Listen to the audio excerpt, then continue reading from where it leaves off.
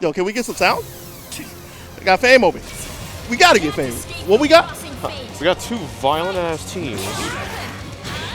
Like both of these teams, like want to play at like mid to close range. Right. Do way too much damage. Too much mix up. Cart people over the corners as well.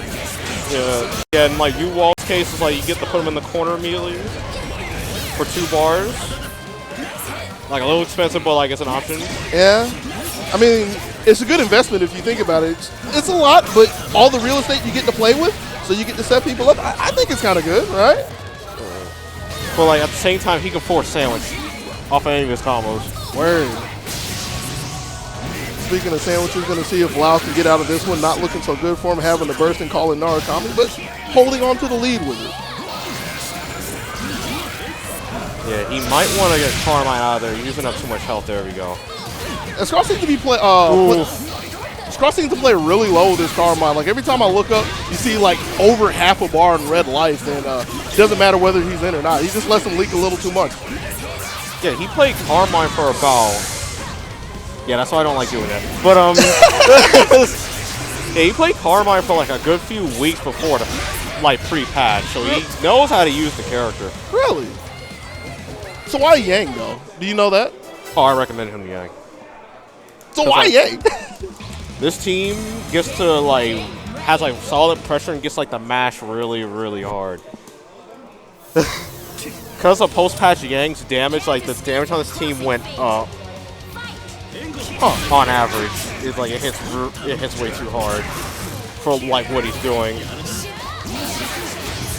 And the push block nerf gave it like decent mix up, like he ain't blocking that. Case in point. Sounds like you made him a really good recommendation. This team requires minimal practice, so like yeah, I'd recommend him this one. Huh. I might have to check that out myself. It's not about me. I'm not the one over there having to deal with the long arms over there. Stretch Armstrong. It's like pushing. I hate this character though. I hate both. I hate like 3 of these characters on screen right now. I remember you talking about Wald. You said he was one of the 2 characters where it was criminal that he didn't get touched in the patch? Yes. Him and Merkaba?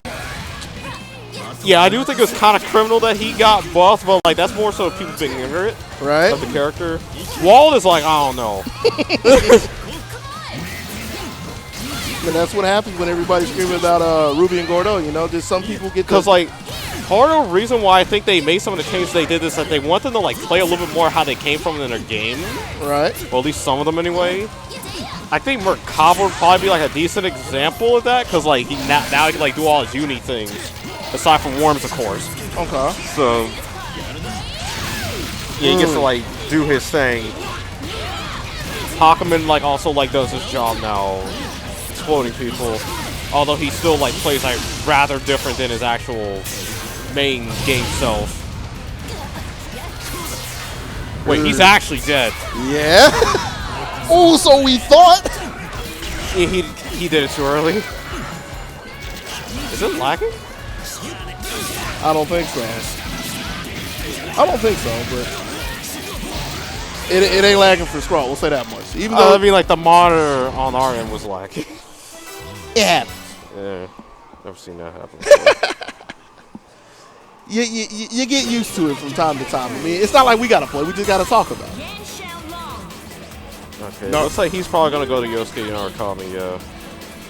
So what does he get from this team? He's trading like ground control for mobility in the air. Yeah, it's because this team's main problem is that it has a really hard time. It has a hard time against airborne characters.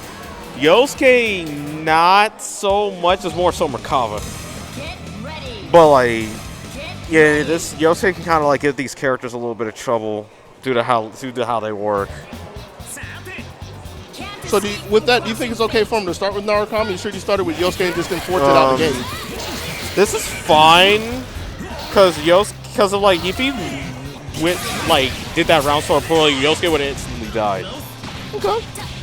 Just trying to pick your brain as much as I can while I got you over here. Just like we see the burst coming out. Yeah, it's like it just depends on like how confident he's feeling. Had the confidence to hold down back and tech to get away.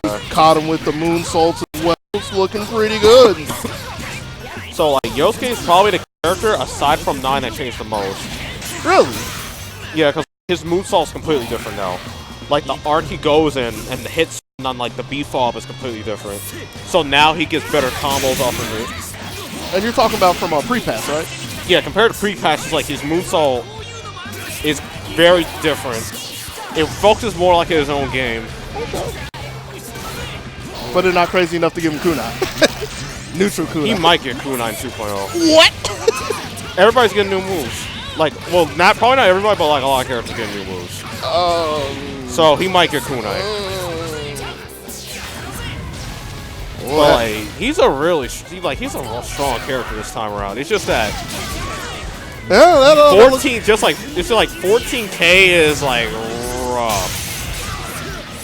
And I will have to say that 2B was looking pretty. He could have killed. Get 5 bars. Well, that works too.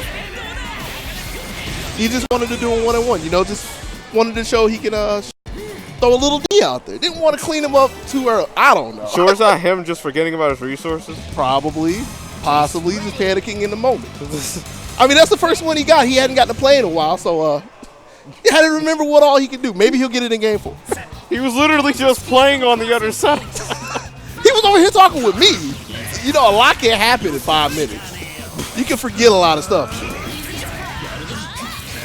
Now, let's see what's going down over here. Double dash. Yeah, if you're respecting him too much, like, that's kind of rough. Yeah. Wait, why'd you stand? No! Yeah, that kick's dunkable by most of the cast. Right. I think it's literally only like Hawkman and Tager that can't dunk that. Hawkman is the second highest crouch? Yeah, he's really tall crouching. Makes sense. So like Hawkman has to hold the +1. Yeah, that's rough to block. That's really rough. Okay, he was baiting the first. Okay, he at the very least got his pressure. Because you can technically punish that. Oh wait, he's actually bait the burst. Wasn't ready for it, so Narukami gets to come in and try to save the day. Yo, how do we get out? There we go. I like that move. Now he just needs to be careful. Because Carmine is bleeding.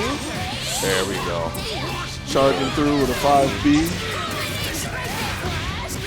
Enough? Not enough. It's fine. He just needs to be careful about how he structures pressure right now. Ooh. Didn't believe that he'd catch him in the air.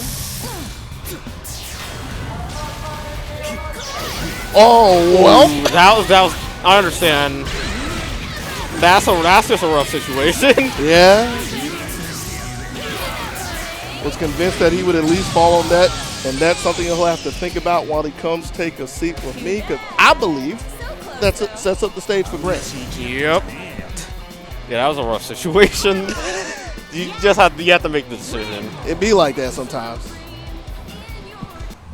Go get him, man. Woo. It be like that sometimes. Sorry, my hand slipped. Hey, yo, Fame. Now come on, I'm your next opponent. Once Did I'm you? done with you, you'll really want to die. That new team, man. So hard to get shit started against them. Yeah, I was questioning because again, this is the first time I've seen him play it, but from what you and Fame said, it's apparently pretty good. It's definitely good, yeah. There's a lot of screen control and just a lot of like Unga neutral. Like it's hard to challenge Yang on the ground and it's hard to challenge Carmine on the ground. It's also hard to challenge Carmine. It's hard to challenge Carmine. Like period. But you said on the ground